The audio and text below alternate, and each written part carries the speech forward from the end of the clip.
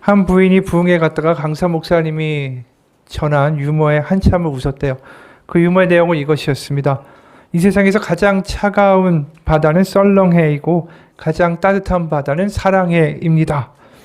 평소에 사랑해란 말을 못 듣고 살던 이 부인이 남편한테 당장 써먹어야 되겠다. 그래서 남편한테 가가지고 유도 질문을 합니다. 오늘 부흥 목사님이 말씀하셨는데 가장 차가운 바다는 썰렁해래요.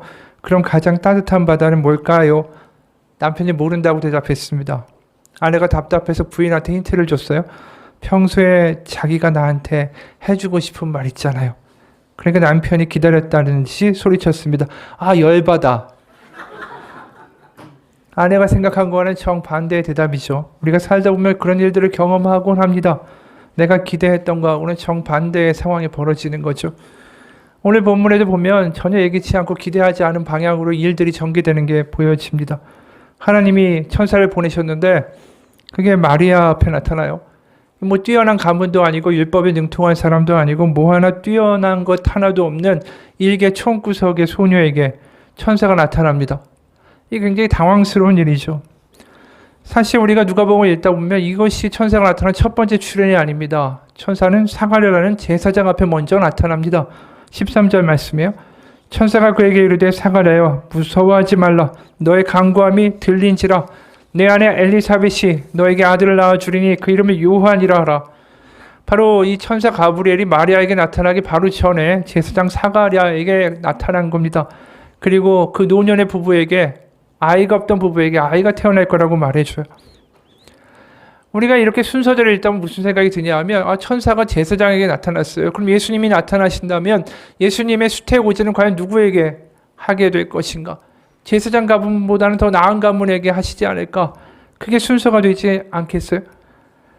그런데 그렇지 않더라는 거죠. 제사장에게 나타나신 다음에 갑자기 말도 안 되는 여자한테 나타나셔서 예수님이 거기 태어날 거라고 말씀하신다라는 것입니다. 우리가 생각해 볼 때 좀 뒤바뀌었으면 좋겠어요. 세례 요한이 차라리 마리아에게서 태어나고 예수님이 이 제사장 가문에서 태어나면 좀 어떠셨을까? 예수님이 제사장 가문의 아론의 후손으로 뭐 율법에서 택한 자손이라는 이런 그 후광을 입고서 사역을 하셨으면 좀 더 낫지 않았을까? 왜 마리아인가라는 거죠. 설사 이제 우리가 양보를 해서 구약에서 이 선지자들의 예언이 있지 않았습니까? 다윗의 후손 유다 지파에서 메시아가 태어날 것이라는 예언. 뭐 이런 또 사무엘상에 나와 있는 다윗의 언약에 대한 것. 그래서 어쩔 수 없이 유다 지파를 선택하셔야만 했다 할지라도 왜 하필이면 이 마리아냐라는 거죠. 이 마리아라는 이 가문, 마리아라는 여인을 통해서 태어나셨기 때문에 나중에 이런 얘기 참 많이 들으시죠. 마태복음 13장에 보면 그냥 그 목수의 아들이 아니냐. 목수의 아들 주제에 뭘 이런 거 한다고 나서느냐. 요한복음 1장에서는 나사렛에서 무슨 선한 것이 날 수 있느냐. 그러니까 계속해서 이 가문과 배경이 별거 없다고. 무슨 하나님의 아들이라고 설치고 다니냐는 지적을 너무 많이 받는 게 예수님의 나중에 생애의 모습이었다라는 겁니다. 하나님은 왜 별 볼 일 없는 집안에 게다가 초라하고 가난한 소녀에게 예수님이 태어나게 하셨을까? 참 이해가 안 가는 얘기죠. 실제로 마리아조차도 이런 일이 일어나는 게 충격인 거예요. 28, 29절을 보면 그에게 들어가 이르되 은혜를 받은 자여 평안할지어다. 주께서 너와 함께 하시도다 하니 천사가 그 말을 듣고 놀라 이런 인사가 어찌함인가 생각하며 너무 난데없이 나타난 천사 때문에 깜짝 놀란 거예요. 30절에 천사가 이런 말도 하죠. 천사가 이르되 마리아여 무서워하지 말라. 네가 하나님께 은혜를 입었느니라. 근데 여기에 무서워하다라는 말이 우리가 그냥 얼핏 듣고 넘길 단어가 아닙니다. 헬라어로 디아 타라소라는 헬라어예요. 디아라는 것은 접두어로 철저히란 뜻이고 타라소는 놀라다란 뜻이에요. 그러니까 그냥 놀란 정도가 아니라 깜짝 놀라가지고 뒤로 자빠질 정도였다라고 말하는 겁니다. 근데 이 천사를 보고 놀랐다는 게 마리아뿐 아니라 그 앞에 우리가 보았던 사가랴라는 제사장 앞에 천사가 나타났을 때도 놀라긴 했어요. 그때 쓰인 놀랐다라는 헬라어는 타라소라는 기본형입니다. 그러니까 이게 뭘 의미하냐 하면은 제사장인 사가랴한테 천사가 나타났을 때는 그게 충격이 아니라 천사가 나타났는데 근데 무슨 일로 나에게 나타났을까? 이 정도의 놀람이었다면 이 마리아는 자신의 성전에 잘 가지도 못하고 율법도 잘 모르는 이 별 볼 일 없는 여인인데 나한테 나타나니까 이게 정말 너무나도 깜짝 놀라고 뒤로 자빠질 정도의 충격을 받은 상황이었다라는 거죠. 그럼 그런 상황에서 천사가 하는 말이 다 귀에 쏙쏙 다 들어왔을까요? 안 그랬을 것 같아요. 31절 33절 보면 천사가 아주 대단한 말을 합니다. 보라, 네가 잉태할 아들을 낳으리니 그 이름을 예수라 하라. 그가 큰 자가 되고 지극히 높으시니 아들이라 일컬어질 것이요 주 하나님께서 그 조상 다윗의 왕위를 그에게 주시리니 영원히 야곱의 집을 왕으로 다스리실 것이며 그 나라가 무궁하리라. 우리가 들어도 이게 뭔 얘긴가 할 정도로 이야기가 거창하고 길죠. 여기 나와 있는 용어들을 보세요. 그냥 네가 아들을 낳는다의 정도가 아니에요. 지극히 높으신 분의 아들이고 다윗의 왕위를 이을 것이고 야곱의 집을 영원히 다스리는 왕이 될 것이다. 이건 구약의 선지자들, 예언자들이나 쓸만한 굉장히 웅장한 단어 아닙니까? 이 보잘것없는 소녀에게 과연 이게 걸맞는 단어들일까? 이게 당연히 들리지도 않고 뭔 말인가 싶죠. 그러니까 마리아가 이렇게 반응하는 거예요. 34절 마리아가 천사에게 말하되 나는 남자를 알지 못하니 어찌 이 일이 있으리까? 여기 보면 마리아가 천사가 하는 말이 다 들린 게 아닙니다. 그냥 아이를 낳게 된다. 이 말만이 그냥 좀 들린 정도예요. 내가 남자를 모르는데 어떻게 아이를 낳습니까? 뒷이야기는 모르겠고. 그러니까 천사가 또 말하죠. 35절 천사가 대답하여 이르되 성령이 내게 임하시고 지극히 높으신 이의 능력이 너를 덮으시리니 이러므로 나실 바 거룩한 이는 하나님의 아들이라 일컬어지리라. 이번에는 거창하게 얘기하지 않습니다. 짧고 간단하게 이야기해요. 바로 하나님의 성령으로 네가 아들을 낳을 것인데 그분이 하나님의 아들이야. 짧게 이야기해 주죠. 하지만 이 이야기라고 해서 마리아에게 다 와닿을 수 없는 것 우리가 예상할 수 있어요. 왜냐하면 로마가 지배하던 그 당시에서 하나님의 아들, 신의 아들은 누굴 의미했냐면 황제를 의미하는 거예요. 그러니까 이게 무슨 이야기인가 계속 미로로 들어가는 수준일 뿐이죠. 이게 알지도 못하고 들려지지도 않는 거예요. 근데 유일하게 마리아에게 이제 좀 알아들을 수 있고 위안이 될 수 있는 말이 이어집니다. 그게 36, 37절이에요. 보라, 내 친족 엘리사벳도 늙어서 아들을 배웠느니라. 본래 임신하지 못한다고 알려진 이가 이미 6달이 되었나니 대저 하나님의 모든 말씀은 능하지 못하심이 없느니라. 바로 엘리사벳이 누구냐면 아까 말했던 제사장 사가랴의 늙은 아내입니다. 나중에 세례 요한의 어머니가 되는 거죠. 그 노년의 친척이 임신을 했다. 그 이야기가 들려진 거예요, 마리아한테. 그러니까 마리아가 그제서야 뭐라고 얘기합니까? 38절 마리아가 이르되 주의 여정이오니 말씀대로 되게 이루어지이다. 여러분 우리가 흔히 상상하듯이 마리아가 어떤 대단한 모습과 대단한 믿음과 무슨 경건의 모습으로 예수님이 태어나실 것이다라는 수태고지를 받은 게 아니라는 거예요. 마리아는 어처구니가 없었고 이 황당한 천사의 말을 이해하거나 알아듣지도 잘 못합니다. 그나마 붙잡았던 말이 뭐냐 하면 네 나이 많은 친척 엘리사벳이 이 말도 안 되게 지금 임신했다. 이 말이 들린 거예요. 그래서 마리아가 제일 먼저 한 게 뭔지 아십니까?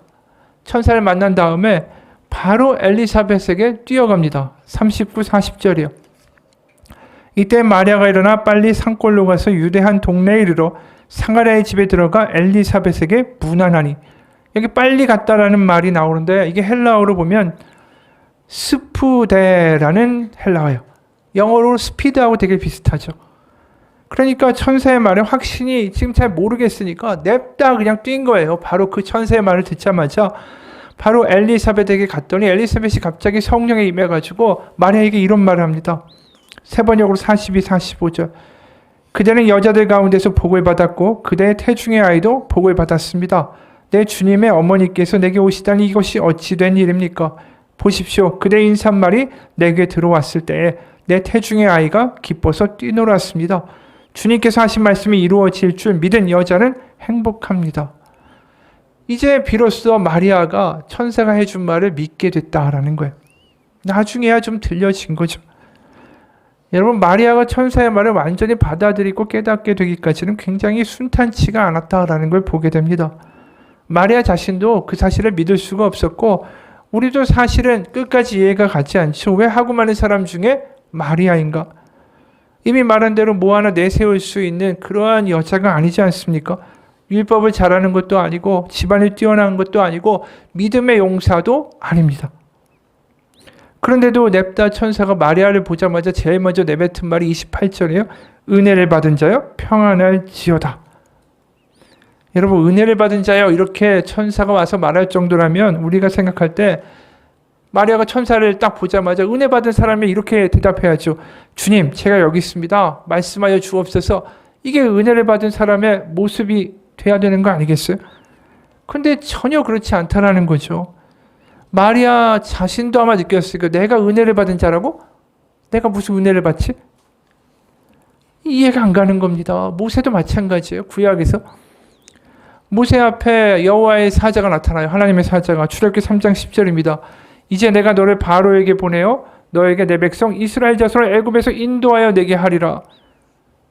그럼 모세가 뭐라고 대답했을까요? 그렇게 하겠습니다. 저를 사용하여 주옵소서. 그렇게 얘기했을까요? 전혀 그렇지 않습니다. 11절에 바로 이렇게 이야기해요. 모세가 하나님께 아뢰되 내가 누구에게 바로에게 가며 이스라엘 자손을 애굽에서 인도하여 내리이까. 이 말도 안 된다 황당해하는 모세에게 기적을 3가지나 보여주시죠. 그런데도 그가 이렇게 말해요. 출애굽기 4장 10절에서 13절입니다.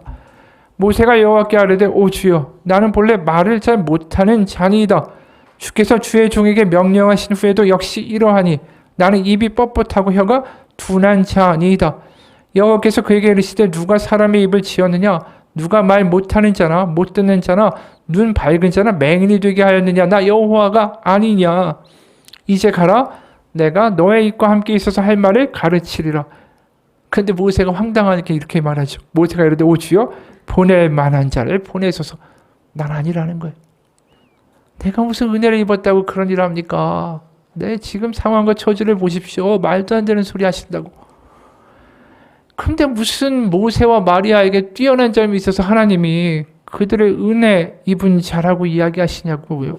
우리가 이해가 안 가죠. 자신들 스스로가 아는 거예요. 나는 그럴 만한 깜냥이 전혀 안 된다라고. 그 하나님이 도대체 뭘 보셨길래 저 사람들이 은혜를 입은 자고 은혜를 받은 자고 이런 일을 할 만한 사람이라고 느끼셨을까?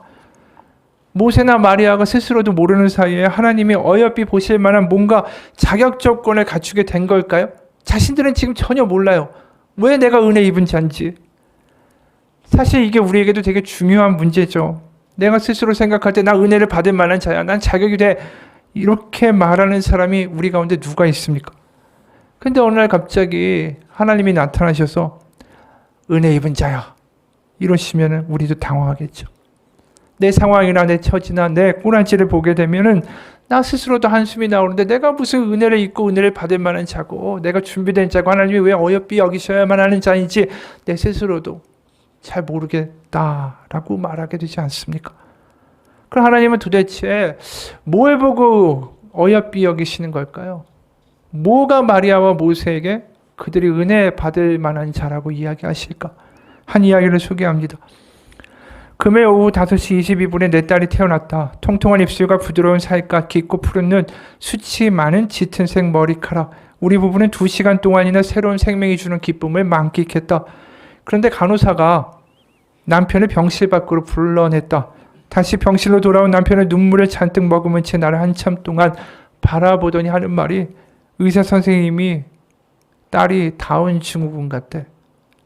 이게 기억나죠? 태어날 때부터. 순간 온 세상이 산산이 무너지는 것 같았다. 사실 아이를 처음 본 몇 시간 동안 나는 직감적으로 뭔가 아이가 이상하다라고 느꼈었다.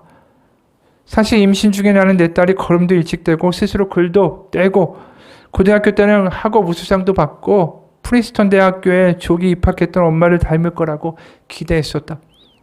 남편 역시 대학 운동선수였고 고등학교 교사였고 그래서 태어난 딸이 자기를 닮아서 승부욕이 있을 거라 확신하면서 매일매일 기대찬 말을 하곤 했었다. 우리 부부는 기독교 신앙을 갖고 있었지만 정작 우리 아이의 외모와 교육과 능력에 대해서는 비기독교적인 기대를 갖고 있었던 것이다. 어찌됐든 나는 완전한 자녀를 원했고 또 그런 아이를 가질 만한 자격이 된다라고 자신했다. 그러나 의사 말에 따르면 페니는 딸은 학습 능력에 문제가 있을 거고 안경이 필요할 거고 심지어 보청기가 필요할 거고 또 키는 커봐야 150cm를 넘지 못할 거고 의사소통도 수월하지 않을 거라고 말한다. 이후에 세상 끊임없이 나 자신도 그렇고 이 아이도 늘 불완전하고 엉망이라고 끊임없이 나에게 강요했다. 나는 어찌할 바를 몰랐다.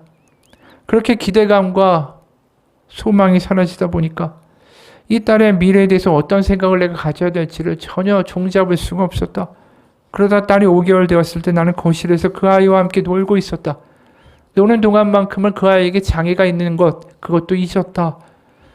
페니가 내 목소리를 듣고 고개를 돌리는 순간이 얼마나 감동적이던지 심장이 멎는 것 같았다. 그 아이의 속눈썹이 길게 자라고 미소를 짓고 옹알이를 하고 내 품에 기대 안락함을 누릴 때는 경이감마저 느껴졌다. 그날 나는 페니의 통통한 다리를 문질러주고 짙은색 머리카락을 쓸어 올려주면서 순간 마태복음 5장의 말씀이 떠올랐다. 너희 하늘아버지께서 완전하신 것과 같이 너희도 완전하여라. 왜 난데없이 이 말씀이 떠올랐을까? 너무나도 불완전한 아이를 보면서 완전하여라는 말씀이 무슨 뜻일까? 그래서 묵상하고 찾아보았더니 여기서 하나님께서 말씀하시는 완전함이란 어떤 완벽한 상태를 의미하는 것이 아니라 그리스도의 형상을 닮아가는 방향성을 의미했다. 완전한 사람이 된다는 것은 어떤 신체나 지능의 완벽함이나 뛰어남을 말하는 게 아니라 그 완전함은 바로 하나님이 바로 내 안에서 이루어 가시는 일이었다. 그렇기 때문에 내 입장에서 완전한 사람이 된다는 것은 오히려 애통함 속에 하나님을 늘 의존하고 바라는 사람이라는 것을 의미했다. 바로 내 자신이 그저 피조물임을 깨닫는 것이다. 그렇죠, 여러분. 내 스스로 어떻게 완전해지겠어요? 내가 어떻게 완벽한 남편이 되고 완벽한 부모가 되고 완벽한 자녀가 되고 완벽한 남편과 그런 존재가 될 수 있겠어요? 하나님이 보실 때 우리가 언제쯤 되어 완벽해지겠어요? 불가능한 일이죠. 하나님이 말씀하시는 완전함이라는 것은 내 스스로가 뛰어나져서 완전해지고 온전해지는 게 아니라 나는 하나님 부족한 피조물입니다. 나는 연약하고 하나님 의지하지 않으면 살아갈 수 없는 유한한 존재입니다. 라는 것을 고백할 때가 하나님이 볼 때 완전하다라고 말씀하신다라는 거예요. 그러면서 이분이 이야기해요. 나는 내 딸을 보면서 우리가 항상 의존적이고 제한적이고 유한한 존재라는 것을 늘 깨닫는다. 물론 성경에서 말하는 완전함이라는 게 우리의 상식과는 달라서 이해하기 힘들 수 있다. 그러나 예수님은 천국을 큰 결혼잔치에 비유하셨다.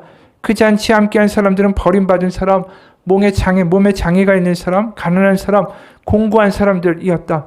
그러나 이들이 모두 하나님을 전적으로 의지하는 사람들이라는 사실을 생각해 보면 성경이 말하는 완전함이라는 게 뭔지, 하나님의 잔치에 참여하는 자들이 어떤 자인들인지를 이해할 수 있을 것이다. 실제로 페니는 내가 기대했던 완전한 아이는 아니었다. 그러나 그 아이는 나에게 필요한 아이였다. 나는 페니를 통해서 하나님이 말씀하시는 완전함이 무엇인지, 그래서 늘 하나님을 의지하고 살아가는 우리의 가족은 점점 하나님 앞에서 온전해지는 삶을 살게 되었다. 여러분, 이 여인의 고백이 인상적이지 않습니까? 하나님 보시기에 온전한 사람들, 완전한 사람들은 하나님밖에 없다라는 온전한 고백이 그들 가운데 있는 사람들이다라는 뜻이에요. 그냥 머리로만 하는 게 아니에요. 하나님, 제가 연약합니다. 제 능력으로 알 수 없습니다. 내일도 알 수 없는 저는 참 하나님 없이 살아갈 수 없는 존재입니다. 그걸 가슴속 깊이 뼈저리게 고백하는 사람들, 그게 하나님이 어여삐 여기시는 모습입니다. 바로 모세도 그랬고 마리아도 그렇고 이 여인도 다 그걸 가슴속으로 알고 있는 거예요. 여러분, 성경에서 율법을 아무리 잘 알고 제사장 집안에 아무리 뛰어난 사람들이다 할지라도 그 사실이 마음 가운데 없는 사람들이 허다합니다. 그게 누굴까요? 제사장들과 바리새인들이에요. 바리새인들은 성경을 달달달 외우는 사람들입니다. 제사장들은 어떤 사람들입니까? 하루에도 몇 번씩이나 제사를, 예배를 드리는 사람들이에요. 근데 그 사람들이 정말 어떤 사람으로 살아야 됩니까? 예수님 환영해야 되는 거 아니에요? 예수님 죽이지 않습니까? 왜 그럴까요? 그들 가운데 바로 이 고백이 없어서 그래요. 우리 하나님의 은혜가 필요한 사람입니다. 내가 정말 율법도 잘 알고 말씀도 잘 지키고 내가 착하기 때문에 하나님은 나를 구원해야만 합니다가 아니라 아닙니다. 나는 늘 부족한 사람이고 하나님 없이는 살아갈 수 없는 사람입니다. 이 고백이 그들 가운데 있어야만 했다라는 거죠. 그러니까 그들이 하나님 앞에 어여쁨을 받을 수 있는 조건이 전혀 없었던 거예요. 실제로 누가복음 18장 10절에서 14절 봅시다. 두 사람이 기도하러 성전에 올라가니 하나는 바리새인이요 하나는 세리라. 바리새인은 서서 따로 기도하여 이르되 하나님이여 나는 다른 사람들 곧 토색, 불의, 간음을 하는 자들과 같지 아니하고 이 세리와도 같지 아니함을 감사하나이다. 나는 일에 2번씩 금식하고 또 소득의 11조를 드리나이다 하고. 말만 들어도 숨 막히지 않습니까? 이게 뭐 일주일에 2번씩 금식하고 소득의 11조에다가 불의, 토색, 간음을 하지 않고 뭐 굉장히 경건해 보이잖아요. 사람들이 볼 때는 이 사람들이 하나님의 어여쁨을 받아야 될 마땅한 사람들 아니겠어요? 너무 열심히 있잖아요. 너무 경건하잖아요. 하나님 마땅히 이런 사람을 어여삐 여기셔야죠. 그런데 13절 세리가 멀리 서서 감히 눈을 들어 하늘을 쳐다보지 못하고 다만 가슴을 치며 이르되 하나님이여 불쌍히 여기소서 나는 죄인으로소이다 하였느니라. 내가 너에게 이르노니 이에 저 바리새인이 아니고 이 사람이 의롭다 하심을 받고 그의 집으로 내려갔느니라. 이 말이 뭡니까? 하나님의 어여삐 여기심을 받은 자가 바로 이 세리였다라는 거죠. 지금 이 바리새인이 아무리 성경을 많이 알고 아무리 하나님을 안다고 하고 아무리 경건한 모습으로 살아간다고 하고 내가 기도를 몇 시간 하고 성경 말씀을 이렇게 많이 암송한다고 해도 그들에게는 이 고백이 없는 거예요. 나 하나님 없이는 살아갈 수가 없다고. 나 참 부족한 존재라고. 하나님 불쌍히 여겨달라고. 이 고백이 없는 겁니다.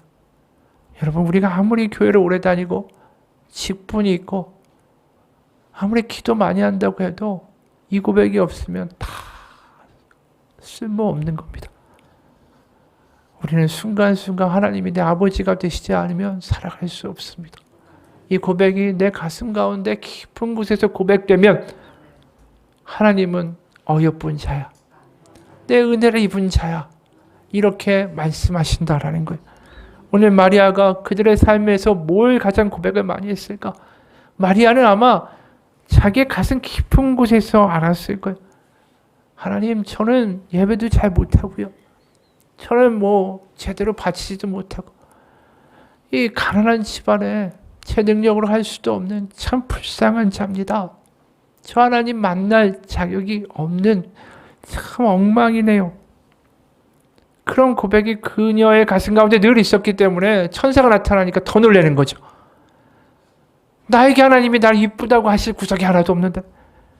제사장이라면 놀라지 않겠지만 더 놀랄 수밖에 없는 거예요. 어떻게 나 같은 사람한테 하나님의 은혜가, 하나님의 위로가, 하나님의 임재가. 여러분, 마리아나 모세나 이런 사람들이 많이 놀랬다라는 게 역설적으로 뭘 의미하냐 하면 하나님의 은혜를 입을 자라는 것을 증명하는 거예요. 나에게 하나님이 나타날 만한 존재예요. 나는 이게 아니라 나 같은 사람한테 하나님이 나타나시다. 실제로 모세가 왕자일 때 내가 스스로 이 민족을 구원할 만한 자격이 있다라고 느꼈을 때 하나님이 그를 사용하셨습니까? 아니죠. 그가 오히려 왕자였을 땐 전혀 사용하시지 않으다가 그가 이제 이방의 목자가 돼가지고 떠돌이가 됐을 때 아무것도 아닌 사람이 됐을 때 하나님 뭐라고 하시죠? 네가 이제 이스라엘을 이끌 준비가 됐다라고 하시는 거예요. 우리도 마찬가지예요. 하나님 우리가 정말 너무 어여쁘고 너무 보기가 좋다라고 말씀하실 때 그게 우리가 생각하는 모습과는 전혀 다를 수가 있어요. 우리는 내가 잘 되고 승승장구해서 정말 높은 자리에 가서 내가 하나님 영광 위해서 일을 했습니다. 하나님 영광입니다. 이런 말을 하는 게 하나님이 우리를 어여삐 여기시는 장면이라고 상상할 수 있어요. 그런데 그게 아닐 수 있다라는 겁니다. 오히려 우리가 병실에서 때로는 어려운 상황 가운데 우리가 어려운 경제적인 환경 가운데 한숨 쉬면서 하나님 불쌍히 여겨달라고 저에게 길이 없다라고 그 고백을 진심으로 고백할 때 하나님은 오히려 우리를 은혜 입은 자라고 네가 어여쁘다라고 말씀하실 수 있다라는 거예요. 그게 세리 아닙니까? 세리가 성전의 한가운데도 들어가지 못하고 저 어두운 구석에서 하나님 은혜 없이는 살 수 없다고 내 힘으로 안 된다고 내 방법과 내 수단으로 안 된다라고 고백할 때 하나님은 그가 의롭다고 어여쁘다고 은혜 입었다라고 말씀하신다라는 거예요. 여러분, 때로는 내 자신에 대해서 절망할 때 우리는 하나님께 대하여 쓰임받을 준비가 된 사람들입니다. 우리가 사는 지금의 시기가 어려워요. 많은 사람들이 하나님께 실망하기도 합니다. 그러면서 이렇게 생각하죠. 내가 하나님 열심히 예배했고요. 열심히 충성했고 열심히 헌신했는데 하나님 나한테 어떻게 이럴 수 있습니까? 심지어 또 삶이 어렵고 탈출구가 안 보이니까 하나님 정말 살아계신 거 맞아요? 아니 살아계신다고 하는데 왜 이렇게 이다지도 나한테 관심이 없습니까? 불평하기도 합니다. 그런데 그렇게 사방이 막힌 것 같고 답답하고 탈출구가 없는 것 같은데 하나님 저 이렇게 못났습니다. 불쌍히 여겨주십시오. 저 믿음도 이렇게 부족하고 흔들려요. 라고 기도할 수 있는 게 진짜 믿음이에요. 여러분 하나님이 어여비 보시고 은혜를 내리실 수밖에 없는 믿음은 다른 게 아닙니다. 하나님 앞에 내가 못났다고 하나님의 은혜밖에는 나에게 길이 없다라고 고백할 수 있는 그 모습이 되는 게 가장 하나님이 보실 때는 우리가 어여쁜 장면이에요. 여러분 아픈 자식이 있는데 맨날 도망다니고 나 안 아프다고 맨날 뛰어다니고 그러는 자식이 아니라 아프다고 와서 부모한테 여기 아프다고 호해달라고 하는 자식이 훨씬 더 가슴 아픈 거 아니에요? 부모가 볼 때? 하나님 보시기에도 마찬가지라고요. 우리가 그렇게 엉망인데도 나는 괜찮아. 나는 잘할 수 있어. 그러면서 내일 엄청 다쳐가지고 깨질 존재가 나는 힘나 이러고 다니는 게 얼마나 하나님 보시기에 더 불안하시겠느냐라는 거예요. 여러분 우리가 어려울 때 고백할 때입니다. 무슨 고백이요? 하나님 없이는 살아갈 수 없다고. 그 고백할 때가 바로 우리가 믿음을 써야 되고 가장 어려울 때 해야 되는 고백의 순간이라고 믿습니다. 마리아가 정말 아무것도 없는 존재 아니에요. 그 소녀가 나중에 이렇게 고백하죠. 누가복음 1장 49절에서 53절입니다. 능하신 이가 큰 일을 내게 행하셨으니 그 이름이 거룩하시며 긍휼하심이 두려워하는 자에게 대대로 이르는도다. 그의 팔로 힘을 보이사 마음이 생각이 교만한 자를 흩으셨고 권세 있는 자를 위해서 내리치셨으며 비천한 자를 높이셨고 줄이는 자를 좋은 것으로 배불리셨으며 부자는 빈손으로 보내셨도다. 얼마나 담대해요. 이게 소녀가 말할 수 있는 기도의 내용이 아니죠. 바로 나같이 부족하고 나같이 아무것도 아니라고 고백하는 자를 하나님이 이렇게 어여삐 여기시고 나를 들어쓰시고 나와 함께 하신다라는 대단한 역전의 노래가 마리아의 입술에서 나오고 있다는 거죠. 여러분 성탄절에 우리가 가야 할 자리가 바로 그 자리입니다. 하나님께 실망하고 우리가 삐져 있다면 기도에도 의욕을 잃고 하나님 믿는 거에도 별 열심이 없다면 기도한다고 뭐가 달라질까? 이런 바닥에 쓰러져 있다면 기억하십시오. 주님 나를 불쌍히 여겨주십시오. 저 참 부족하고 못난 사람입니다. 하지만 하나님 없이는 살아갈 수 없습니다. 이 고백은 절대로 헛되지 않습니다. 바로 그 바닥에서 탄식하는 우리의 고백을 낮은 자리에서 함께 들어주시는 하나님 그분의 아들 예수님이 이 땅 가운데 오셨기 때문입니다. 우리의 탄식에 우리의 목마름의 고백이 바로 하나님의 아들을 이 땅에 불렀습니다. 그분이 이곳에 오셨습니다. 그게 하나님의 응답이에요. 어떤 상황이든 우리와 함께 하시고 우리의 아픔과 슬픔과 질고의 탄식까지도 공감하시는 하나님의 아들 예수님이 이 땅에 오셨습니다. 그렇기 때문에 날 불쌍히 여겨달라고 하는 고백은 절대로 나 혼자 외치는 독백이 될 수 없습니다. 바로 그곳에 예수님이 오셨기 때문입니다. 그거 하나로 우리는 성탄을 기뻐할 수 있는 이유가 되는 겁니다. 오늘 목사님의 간증으로 오늘의 설교를 마칩니다. 고등학생 시절 아버지의 사업 실패로 온 집안이 엉망이 되었다. 아버지와 어머니는 빚쟁이를 피해 집을 떠나 계셨기 때문에 두 동생을 돌보고 빚을 독촉하는 폭력배들과 싸우는 일은 내 몫이 되었다. 가을 무렵이지만 전기수도 도시가스 전화까지 다 끊긴 아파트는 몸도 마음도 얼어붙게 했다. 그러다 크리스마스 이브가 되자 몇 달째 보지 못한 아버지와 어머니가 왠지 그날은 오실 것만 같았다. 그래서 교회에서 한다는 크리스마스 행사도 뒤로 하고 집에서 막연히 부모님을 기다렸다. 늦은 밤 조용히 아파트 문을 두드리는 소리를 듣고 열어보니 아버지셨다. 모처럼 만에 이것저것을 사들고 오신 아버지와 어머니와 함께 오랜만에 촛불을 켜고 둘러앉았지만 막상 할 이야기는 없었다. 어머니는 결국 눈물을 보이셨고 가족들은 이전에 즐거웠던 크리스마스를 회상하면서 웃었지만 여전히 어색했다. 여동생들은 그저 부모님을 만난 것이 좋아서 기뻐하다가 잠이 들었다. 그때 아파트 문이 꽝꽝 두들기는 소리로 소란스러워졌다. 야, 송 사장, 나와. 안에 있는 거 다 알아. 폭력배들이 온 것이다. 그날도 크리스마스 이브가 되면 아버지가 올 거라고 그들도 예상하고 기다린 것이다. 크리스마스 이브에 우리 집에는 예수님이 아닌 폭력배들이 찾아왔다. 바깥이 시끄러워지자 나가보시려는 아버지를 나는 필사적으로 막았다. 아버지, 저 사람들은 제가 많이 상대해서 아니까 제가 나가서 해결할게요. 오늘 제발 밖으로 나오지 마세요. 아버지를 안방으로 들어가게 하고는 문을 잠갔다. 그리고 부엌으로 가서 식칼을 들고 아파트 문을 열고 나갔다. 나가보니 두어 명이 보이는 듯 했다. 고등학생이 식칼을 들고 나오니 이들도 놀라는지 뒤로 주춤한다. 나는 아파트 복도를 향해 소리를 질러댔다. 주민 여러분, 우리 집에 여동생 둘밖에 없어요. 그런데 이 양아치들이 행패를 부려요. 여동생들이 위험해요. 제발 경찰서에 신고해 주세요. 경비 아저씨한테 연락해 주세요. 바락바락 악을 쏘더니 온 아파트가 울렸다. 그러자 이들도 당황한 기색이 역력했다. 조용히 해. 그리고 네가 칼을 들었다고 우리하고 싸워서 이길 수 있을 것 같아? 내가 대답했다. 못 이기겠지. 그러나 한 놈은 반드시 오늘 내 손에 죽을 거야. 그게 누가 될래? 철없는 고등학생의 눈에 불을 켜고 덤비자 이들이 돌아섰다. 오늘은 그냥 간다면 두고 보자. 돌아가는 그들의 뒷모습을 보고는 집 안으로 들어왔다. 칼을 마루에 던져두고 앉으니 눈물이 줄줄 흐르기 시작한다. 만약 한 사람이라도 덤볐더라면 내 인생은 어떻게 되었을까? 그리고 이제 앞으로는 어떻게 될까? 그때 아버지가 다가와 나를 안고 같이 울며 말씀하셨다. 병주야, 오늘 난 마지막으로 너희들 얼굴을 보고 죽으려고 했단다. 근데 오늘 네 모습을 보면서 살아야겠다는 생각이 든다. 네가 얼마나 힘든 싸움을 해왔는지 알 것 같구나. 어떤 일이 있어도 절대 포기하지 않으마. 그리고 반드시 회복되어 돌아오마. 조금만 기다려다오. 고맙구나. 살아야 할 이유를 네가 나에게 주었다. 어쩌면 나도 아버지의 마음을 예상하고 있었는지도 모른다. 당시 아버지가 처한 상황을 보면서 난 늘 생각했다. 사람들이 이러면 극단적인 선택을 하는 건 아닐까? 그래서 한편으로는 오늘이라도 들려올지 모르는 나쁜 소식을 불안함으로 기다리고 있었다. 주민의 신고로 출동한 경찰 덕에 아버지와 어머니는 다시 떠나셨고 나는 교회로 향했다. 밤새 선물을 교환하며 즐거운 시간을 보낸 아이들은 새벽송 준비에 여념이 없었다.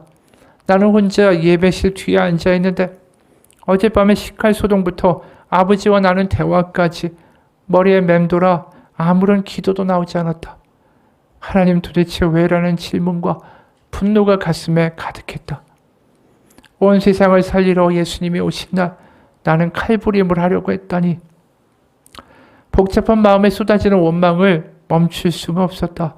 그때 앞에서 찬양 소리가 들려왔다. 거룩하신 하나님 주께 감사드리세. 날 위해 이 땅에 오신 독생자 예수. 나의 마음과 뜻 다해 주를 사랑합니다. 날 위해 이 땅에 오신 독생자 예수. 내가 약할 때 강함 주고 가난할 때 우리를 부욕해 하신 나의 주. 감사. 이 찬양이 그날 밤 내 가슴에 들어왔다. 주체할 수 없이 눈물이 흘렀다.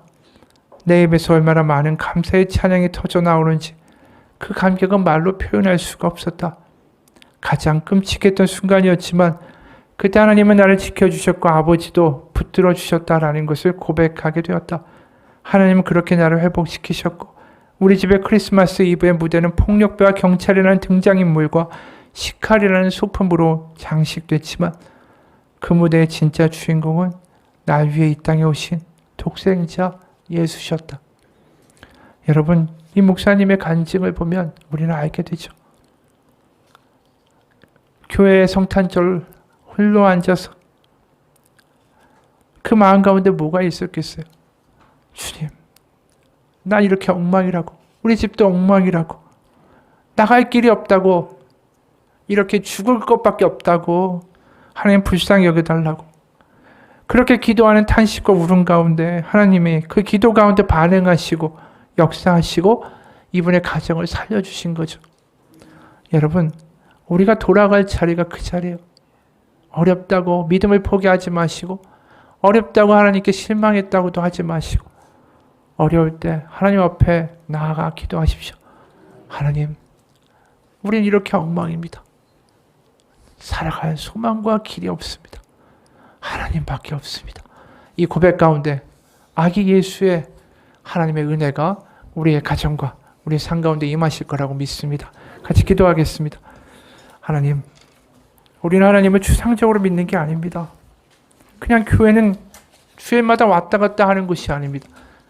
바로 하나님이 그 아들을 이 땅 가운데 보내셔서 우리가 좌절하고 힘들고 낙심하고 아무런 소망이 없을 때, 하나님밖에 없다라는 고백밖에 할 수 없을 때에 바로 우리 가운데 같이 하기 위하여 예수님이 이 땅 가운데 오셨습니다. 우리는 절대로 혼자가 아닙니다.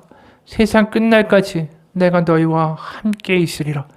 바로 예수님의 그 고백대로 우리가 그 고백을 믿으며 고백합니다. 주님, 불쌍히 여겨 주옵소서. 우리는 못나고 부족합니다. 주님밖에 없습니다. 그 고백 가운데 우리를 위로하시고 인도하시고 세워가신 하나님의 역사가 경험되는 성탄절의 은혜가 있게 하여 주옵소서.